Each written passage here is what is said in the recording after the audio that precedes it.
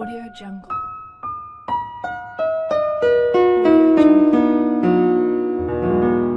Baldwin Park Animal Shelter has a medical building that not many members of the public get to see. The building is the place where animals are stacked in kennels waiting to be given an exam or a checkup.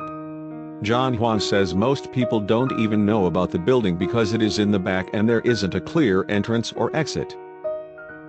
Huang is a photographer who will often visit the busy California shelter to take pictures of its residents, and last week he was there to see a sick dog. Huang hopes that the pictures he takes will help find the animals' homes.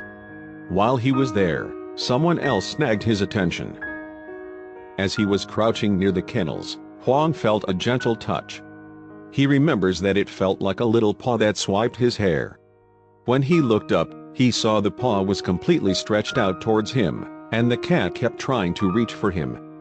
The cat, named Meow Meow, had stretched her paw out as far as possible. Snapped some pictures of the friendly kitty. She was ready for her close-up. Meow Meow was in search of a connection. Her owner had dumped her at the shelter. Meow Meow knows what it means to be loved. She isn't a stray.